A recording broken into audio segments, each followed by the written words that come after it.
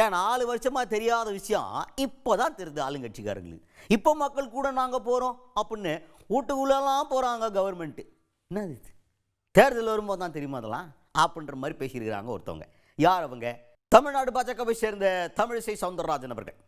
அவங்க தான் இப்போ என்ன சொல்லியிருக்காங்க அப்படின்னு பார்த்தீங்கன்னா, தமிழ்நாடு அரசு தரப்புலேருந்து வீடு தேடி அரசு போகிறாங்கல்ல, கவர்மெண்ட் உள்ள வீட்டுக்குள்ளேயே போயிட்டு உங்களுக்கு என்ன பிரச்சனை இருக்குன்னு கேட்டு அந்த மாதிரிலாம் சொல்கிறாங்களே, உங்களுடன் ஸ்டாலின் அப்படின்னு சொல்லிட்டு இந்த கேம்பெயினை பற்றி விமர்சனம் பண்ணியிருக்காங்க தமிழிசை சவுந்தரராஜன் அவர்கள்.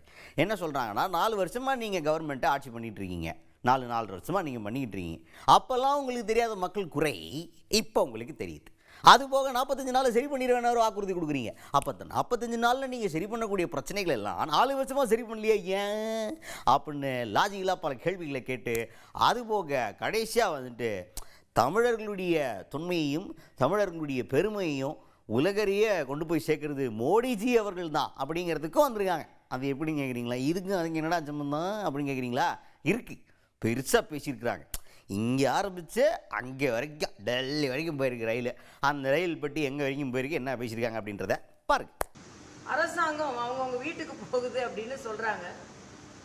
4.5 ஆண்டு காலமாக வீட்டில் உள்ள பிரச்சனை, நாட்டில் உள்ள பிரச்சனை எல்லாம் பார்க்காம இன்னைக்கு அரசாங்கம், தமிழக அரசாங்கம் வீட்டுக்கு போகுது அப்படின்னு சொல்லிட்டு உங்களுடன் ஸ்டாலின் அப்படின்ற ஒரு திட்டத்தை அறிமுகப்படுத்தி இருக்கிறார்கள். இன்னைக்கு அதிமுக சார்பில் கூட வழக்கு போட்டிருக்காங்க. ஏன்னா அதில் உங்களுடன் ஸ்டாலின் பேர் போட்டு அரசாங்க செலவில் பல கோடி ரூபாய் திராவிட முன்னேற்ற கழகத்திற்கு பிரச்சாரத்திற்கு பயன்படுத்துவதை போல பயன்படுத்தப்பட்டு கொண்டிருக்கிறது. முன்னாள் முதலமைச்சர் கலைஞர் அவர்கள் படம், அதே மாதிரி ஸ்டாலின் அவர்கள் படம்.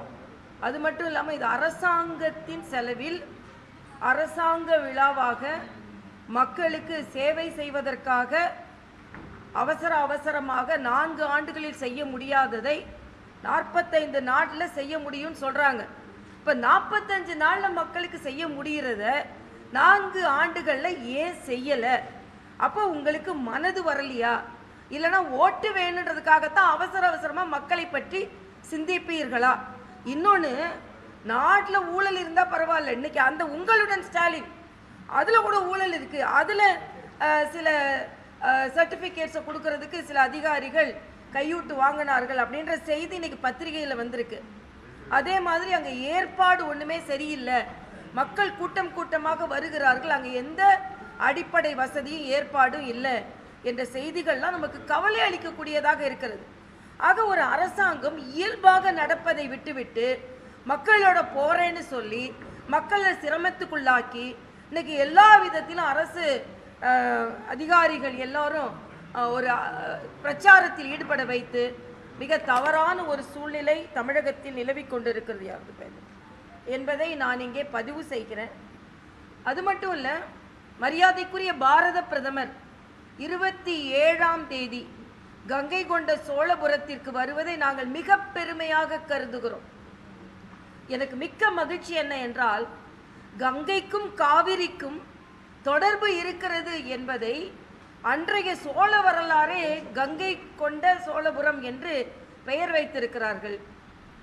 ஆக சோழ கங்கை என்றும் அதற்கு பெயர் வைத்திருக்கிறார்கள்.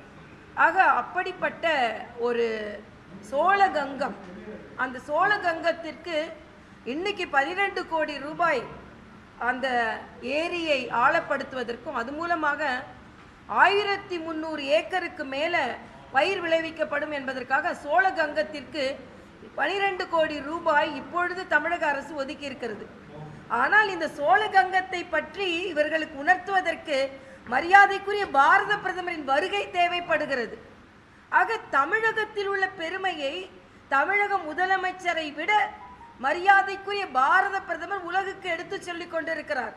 ஆனால் ஏதோ பாரதிய ஜனதா கட்சியும் பிரதமரும் தமிழுக்கு எதிரானவர்கள் என்ற ஒரு தோற்றத்தை திமுக கட்சிகள், கூட்டணி கட்சிகள் ஏற்படுத்தி வருகிறது. நான் மறுபடியும் சொல்றேன், யாருப்பா அங்க பேசுறது? தமிழுக்கும் ஆன்மீகத்திற்கும் தான் தொடர்பு. ஆன்மீகம்தான் தமிழை அதிகமாக வளர்த்தது. காவி தமிழ் தான் தமிழகத்தில் நிலைநிறுத்தி, ஆண்டாள் காலத்துல இருந்து, அண்ணா காலத்துல தமிழ் வளரல, ஆண்டாள் காலத்துல தான் தமிழ் வளர்ந்தது. பெரியார் தமிழை போற்றவில்லை, பெரியாழ்வார் தான் தமிழை போற்றினார். ஆனால் ஏதோ பெரியாரும் அண்ணாவும் இன்னைக்கு தெரியும் பெரியார் தமிழை தூத்தினார். ஆனால் பெரியாரும் அண்ணாவும் தான் ஏதோ தமிழை வளர்த்ததை போலவும், ஆன்மீகத்திற்கு அதுக்கு சம்பந்தம் இல்லை போலவும், காவிக்கும் தமிழுக்கும் சம்பந்தமே இல்லதை போலவும் ஒரு தோற்றத்தை இவர்கள் ஏற்படுத்தியவர்கள். இனிமேல் நாங்கள் அதற்கு முற்றுப்புள்ளி வைப்போம். அதுக்கடுத்ததாக கூட்டணி ஆட்சி அமையுமா அமையாதா? இல்லை, பாஜகவும் அதிமுகவும் தேர்தலில் கூட்டணி வச்சிருக்கிறாங்க. தேர்தலில் ஜெயிப்பாங்களா மாட்டாங்களா அப்படின்ற டாக்கெல்லாம் போய் இப்போ ஊருக்குள்ளே என்ன பேச்சு அதிகமாக போய்கிட்டு இருக்கு அப்படின்னா, இப்போ ஜெயிச்சிட்டாங்கன்னா அதிமுக தனிப்பெரும்பான்மை ஆட்சி அமைக்குமா இல்லை பாஜகவோட சேர்ந்து ஆட்சி அமைக்குமா அப்படின்னு. அதுக்கு எடப்பாடி பழனிசாமி அவர்கள் என்ன சொல்கிறாருன்னா, இந்த கூட்டணியெல்லாம் வேணும்னா வச்சுக்குவோம், வேணாம்னா கச்சக் கச்சக் பண்ணி விட்டு தூக்கி போட்டு போயிட்டே இருப்போம் அப்படின்ற மாதிரி அவர் கான்ஃபிடண்ட்டாக பேசிக்கிட்டு இருக்கார். நாங்கள் தான் தனிப்பெரும்பான்மை ஆட்சி அமைப்போம் அப்படின்னு. பாஜக இப்போ வரைக்கும் தெளிவாக ஆமாம் அவங்க தனிப்பெரும்பான்மை ஆட்சி தான் அமைப்பாங்க, நாங்கள் கூட்டணியாக நின்று சப்போர்ட் பண்ணுவோம்னு சொல்லலை. இல்லை அதிமுக கூட கூட்டணியில் இருக்கிறது என்டிஏ கூட்டணி இது, அதனால் என்டிஏ கூட்டணி ஆட்சி தான் அமைக்கும், நாங்கள் ஆட்சியில் பங்கு வகிப்போம் அப்படின்னு தெளிவாக சொல்லலை. எப்படி கேட்டாலும் அதாவது நீங்கள் பார்த்தீங்கன்னா எங்களையே கேள்வி கேட்குறீங்க, திமுக கூட்டணிக்குள்ளே குழப்பம் இருக்குது அங்கே போய் கேட்க மாட்டீங்களே அப்படின்னு அவங்க பக்கம் திருப்பி விடுறாங்களே தவிர பதிலை சொல்ல மாட்டேங்கிறாங்க பாஜக. நம்ம இதை சொல்லியும் கேட்டாச்சு. என்னென்னு எடப்பாடி பழனிசாமி அவர்கள் பிரச்சாரத்தில் கழுவி ஊற்றிருக்காருங்க. பாஜகவோட கூட்டணிலாம் வேணும்னா வச்சுக்குவோம், இல்லைனா வெட்டிக்குவோம் முடியா, கூட்டணி வச்சுக்கிறதுலாம் எங்களுக்கு ஒரு மேட்டரே கிடையாது, அதிமுக யாரை நம்பி இல்லை நாங்கள் தனியாக நிற்போம் அப்படின்ற லெவலுக்கு பேசியிருக்காருன்னு கேள்வி கேட்டதுக்கு தான் தமிழிசை சவுந்தரராஜன் அவர்கள் லைட்டாக என்ன சொல்கிறது, ஆகா பெரிய கேள்வியை கேட்டு விட்டாங்களே அப்படின்ற லெவலுக்கு போய் அப்புறம் பதில் சொல்லி ஜஸ்ட்டு மிஸ்ஸில் திமுக பக்கம் டைவர்ட் பண்ணி விட்டுருக்குறாங்க. அது எப்படின்றத பார்க்க இல்லை, அவர் ஒன்றும் எதிராக பேசலையே, ஆதரவாக தான் பேசி கொண்டு இருக்கிறார். ஆனால் இவங்க இணைந்து விட போகிறார்களே அப்படின்னு பதற்றப்பட்டு திராவிட முன்னேற்ற கழகம் என்டி கூட்டணி எதையாவது சொல்லி கொண்டிருக்கிறார். ஆக அவர் என்ன சொல்றாருன்னா உங்களோட சூழ்ச்சி பதிக்காதுன்னு தான் சொல்றாரு, வேற ஒன்றும் அவர் சொல்லலை. அதிமுக பாரதிய ஜனதா கூட்டணி வச்சதுமே பயம் வந்துட்டது. இன்னொன்னு சொல்றாரு, அதிமுக பாரதிய ஜனதா கூட்டணியில ஆட்சியில பங்கு கொடுப்பாங்கன்னு.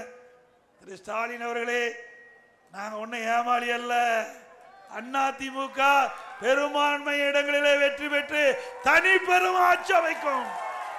மரியாதைக்குரிய அமித்ஷா அவர்களும் எடப்பாடி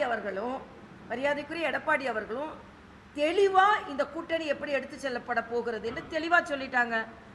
கூட்டணி வெற்றி பெறும், வெற்றி பெற்ற பின்பு வெற்றி பெறுவதற்கு முன்னாலேயே எந்தெந்த இடங்கள் என்பதை அவர்கள் முடிவு செய்வார்கள், வெற்றி பெற்ற பின்பும் அவர்கள் முடிவு செய்வார்கள்.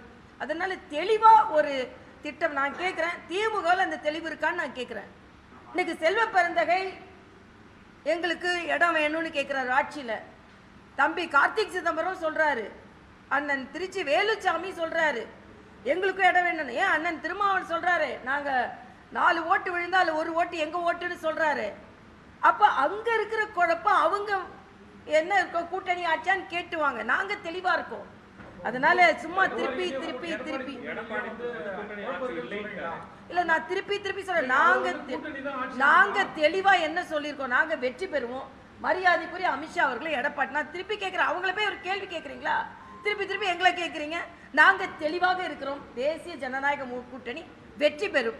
அதற்கு பின்பு எதையெல்லாம் மரியாதைக்குரிய அமித்ஷா அவர்களும் அண்ணன் எடப்பாடி அவர்களும் முடிவு செய்வார்கள் என்பது தெளிவான எங்களது கருத்து.